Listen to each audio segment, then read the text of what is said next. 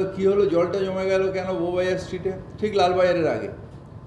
আমি নেবে আমার ওই ছাতা যেটা ছিল, ছাতাটা দিয়ে আমি ওই নালাগুলোকে এরকম করে তুললাম, ওই প্লাস্টিকগুলোকে তুললাম, হু করে জলটা চলে গেল। মানে এই যে দোকানদারগুলো আর কি, তারা প্লাস্টিকগুলো রাস্তায় ফেলে দিচ্ছে এবং পরবর্তীকালে জলটা জমছে। কিন্তু একটা ছাতার একটা পেছন দিকটা দিয়ে আমি জাস্ট ওটাকে ছুড়লাম, হু করে জলটা চলে গেল।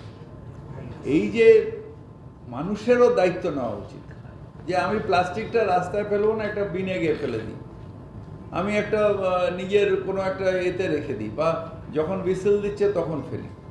আর কিছু কিছু আছে এখানে র্যাক পিকার্সের নামে প্লাস্টিক স্ক্র্যাপ ট্রেডার্স, তারা কলকাতাকে নোংরা করছে। এইসব স্ক্র্যাপগুলো গরিব মানুষকে হয়তো সামান্য কিছু দিচ্ছে, এগুলোকে নিয়ে রাখছে এবং সেখান থেকে যেটা দরকার হচ্ছে নিচ্ছে, বাদ বাকিটা রাস্তায় ফেলে দিচ্ছে।